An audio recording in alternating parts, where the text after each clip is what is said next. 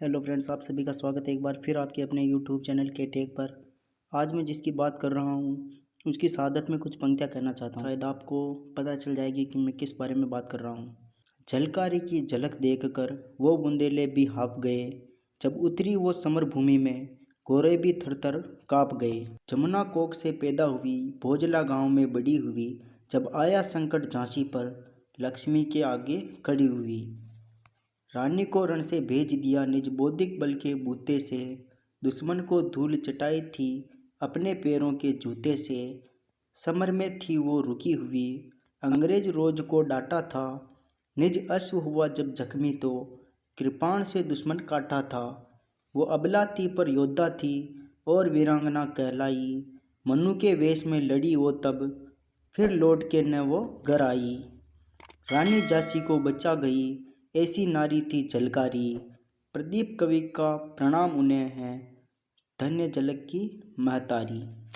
तो आप समझ गए होंगे कि मैं किस बारे में बात कर रहा हूँ। जी, मैं बात करूँगा आज इतिहास की एक ऐसी वीरांगना की जो महारानी लक्ष्मीबाई, झांसी की रानी का ही एक स्वरूप थी। उनको बचाने के लिए खुद अपने प्राणों की आहुति दे दी। झलकारी बाई का जन्म 22 नवंबर 1830 को झांसी के कोली परिवार में हुआ था। इनके पिता सैनिक थे, इसलिए बचपन से ही हथियारों के साथ खेलना उनका शौक बन गया। खूब लड़ी मर्दानी वो तो झांसी वाली रानी थी। सुभद्रा कुमारी चौहान की ये कविता रानी लक्ष्मीबाई की वीरता को दर्शाती है, लेकिन शायद कम ही लोग जानते होंगे उसी दौर में एक और वीरांगना हुई थी जिनका नाम था झलकारी बाई। ये एक वीर, साहसी और इरादे की पक्की लड़की थी। कभी किसी काम को मना नहीं करना, जो सामने आया कर लेना, चाहे वो घोड़े को दौड़ाना हो या चलाना, लकड़ी काटना हो या किसी दुश्मन का सिर काटना हो। हाथों में तलवार लेने वाली झलकारी कभी कभी उन्हीं हाथों से मेकअप करके खुद का रूप भी निखारती थी और रानी जैसे ठाट बाट दिखाती थी।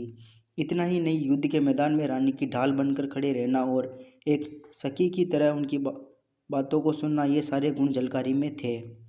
झलकारी बाई के किस्से इतिहास के पन्नों में बहुत हैं, लेकिन उन्हें पढ़ने की कभी किसी ने जहमत नहीं की, क्योंकि दौर आज का हो या 1857 का, सलाम सब राजा रानी को ही करते हैं और सहायक सिर्फ सहायक होता है।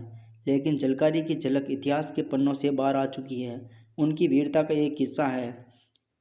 एक बार की बात है, बचपन में उन्हें लकड़ी काटने के लिए भेजा गया। जब वो कुल्हाड़ी से लकड़ी काट रही थी, तभी उनके सामने तेंदुआ आ गया और उन्होंने अपनी उसी कुल्हाड़ी से तेंदुए को भी काट दिया।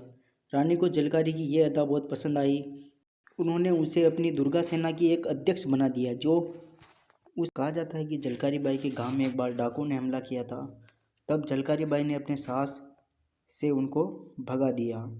इसके बाद झलकारी की शादी एक सैनिक के साथ हो गई। एक बार की बात है, झलकारी बाई रानी लक्ष्मीबाई के पास उन्हें पूजा के पर बधाई देने गई तो रानी हैरान रह गई, क्योंकि झलकारी रानी लक्ष्मीबाई की हमशक्ल जैसी ही लगती थी। उस दिन से दोनों की दोस्ती हो गई।